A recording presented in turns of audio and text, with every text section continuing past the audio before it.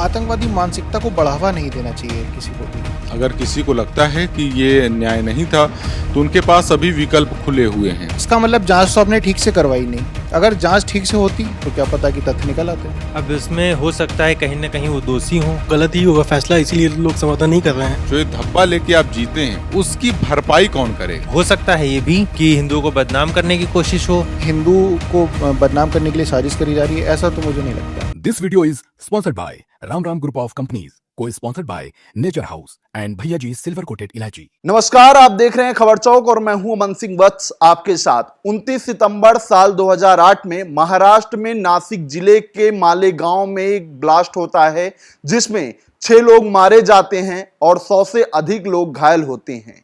इस घटना में कुछ हिंदूवादी संगठनों के लोगों को फंसाया जाता है। अब इसी घटना को लेकर एनआईए की स्पेशल कोर्ट ने एक फैसला सुनाया है। जो इस घटना में मुख्य आरोपी थे उनको बरी कर दिया गया है। इसी पर हमारे तमाम पत्रकार साथी बातचीत करने के लिए आज हमारे साथ हैं। इनसे ही जानेंगे जिस तरीके से फैसला आया है मालेगांव में जो ब्लास्ट हुआ था उसको लेकर, क्या लगता है कि यह फैसला उचित है कि नहीं?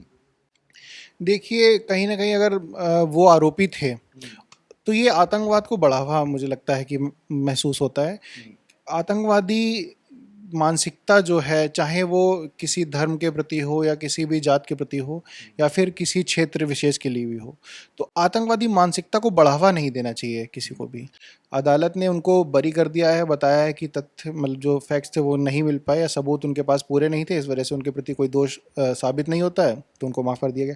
मुझे लगता है कि जांच दोबारा करवानी चाहिए थी एक बार, और अगर जांच में कहीं कमी थी, एक लंबा समय निकल गया 2008 से, आप अगर देखेंगे 2025 हो गया है, तो करीब 15 और 17 साल लगभग हो गए हैं। ठीक है, 17 साल बाद भी अगर कोई फैसला आ रहा है, या तो अगर वो सच में आरोपी नहीं थे तो इतना लंबा समय क्यों? ठीक है, तो ये एक सोचने का विषय है।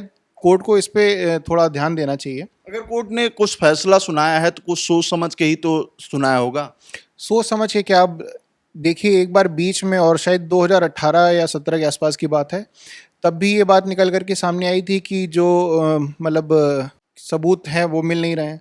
अब जब सबूत वाला ही मामला था और फिर उसके बावजूद भी 5-7 साल आपने लगा दिए, तो इसका मतलब जांच तो आपने ठीक से करवाई नहीं। अगर जांच ठीक से होती तो क्या पता कि तथ्य निकल आते। क्या लगता है, जिस तरीके से कई लोग हैं उनके बयान सामने आ रहे हैं, कई सांसद हैं, उन्होंने कहा है कि ये हिंदुओं को बदनाम करने की ये साजिश थी?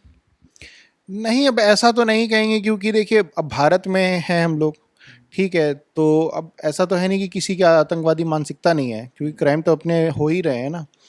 लेकिन ये इस चीज़ को पॉइंट आउट करना कि नहीं हिंदू को बदनाम करने के लिए साजिश करी जा रही है, ऐसा तो मुझे नहीं लगता है। कांग्रेस के सांसद हैं इमरान प्रतापगढ़ी, उन्होंने कहा है कि ये न्याय नहीं है, एक फैसला है। क्या वाकई में जो फैसला सुनाया है एनआईए की स्पेशल कोर्ट ने वो सही नहीं है? देखिए, कोर्ट का जो फैसला है मैं उसका सम्मान करता हूं, और कोर्ट के फैसले के बाद अगर किसी को लगता है कि ये न्याय नहीं था तो उनके पास अभी विकल्प खुले हुए हैं। ऐसा नहीं है कि कोर्ट ने फैसला दे दिया तो ये आखिरी विकल्प है।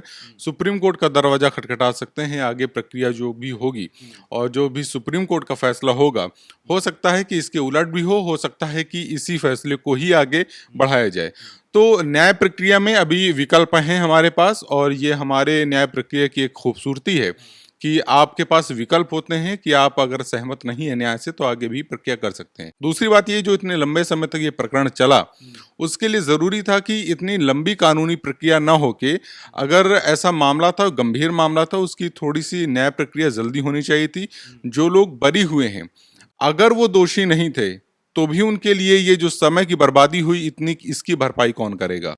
और अगर वो दोषी थे और उसके बाद भी अगर वो सबूत जुटा नहीं पाई जांच प्रक्रिया में, पुलिस और जो बाकी जांच टीम थी, अगर वो सबूत जुटा नहीं पाई और उसके बाद भी वो बरी हो गए, तो सवाल ये है तो फिर कि इतने बड़े प्रकरण का दोषी कौन था? अगर सब लोग छूट ही जाएंगे तो दोषी को भी तो हमें तलाशना है कि दोषी कौन था। तो इन सब मामलों में सियासत करने की जगह इसमें जरूरी ये है कि अगर आगे की प्रक्रिया में जांच दोबारा की जाती है तो मुझे लगता है कि हो सकता है चीज़ें क्लियर हो पाएंगी। लेकिन कितना लंबा ये प्रकरण जा सकता है, क्योंकि अभी मुझे लगता है ऐसा कि अभी भी इसको आगे पेश किया जाएगा इस मामले को, और ये मामला सुप्रीम कोर्ट तक पहुंचेगा। नहीं, जो लोग इस मामले में उलझे हुए थे, लगभग 7 आरोपी थे, उनके ऊपर 17 साल तक ये केस चला, उनकी जिंदगी कहीं ना कहीं उलझी हुई थी। अब आगे मामला चलता है तो आगे भी जिंदगी उलझी रहेगी, और इस तरीके से अगर फैसले आ जाते हैं फिर से कि नहीं वो दोषी नहीं है, तो कहीं ना कहीं वो लोग परेशान तो ही हो रहे हैं ना। देखिए, ये हमारे कानून का एक लचीलापन है। इसमें बहुत सारे गांव में, बहुत सारे शहरों में ऐसे बहुत सारे केस आपको मिल जाएंगे जिसमें लोग सालों साल तक, 10-10, 15-15 साल तक जेल के अंदर सलाखों के पीछे रहते हैं, और उसके बाद वो बरी हो जाते हैं। निर्दोष होना एक अलग बात है कि आपके ऊपर कोई दाग नहीं लगा, आप निर्दोष होकर बाहर निकल गए, लेकिन जो इतने साल तक आप जेल के अंदर रहते हैं, जो ये धब्बा लेके आप जीते हैं, उसकी भरपाई कौन करेगा? सवाल ये होता है, उसकी भरपाई कौन करेगा? तो अगर निर्दोष हैं ये लोग, जिनके जो कि मतलब फैसला है कोर्ट का, वो निर्दोष साबित हुए हैं, तो सवाल ये है कि इन लोगों की जो सालों की जो ये मेहनत थी, इतने साल तक जो ये लोग अंदर रहे, इसकी भरपाई कौन करेगा? ये क्षति कौन पूरी करेगा? देखिए, इसमें न्याय प्रक्रिया को गलत तो ठहराया नहीं जा सकता है। अब इसमें हो सकता है कहीं ना कहीं वो दोषी हों, अब ये भी तो मामला हो सकता है कि हो सकता है वो दोषी हों, और लेकिन एनआईए की कोर्ट ने जो फैसला सुनाया है उसमें तो उनको बरी कर दिया गया है ना। नहीं, तो देखिए, हर बार कोर्ट सही नहीं होती है।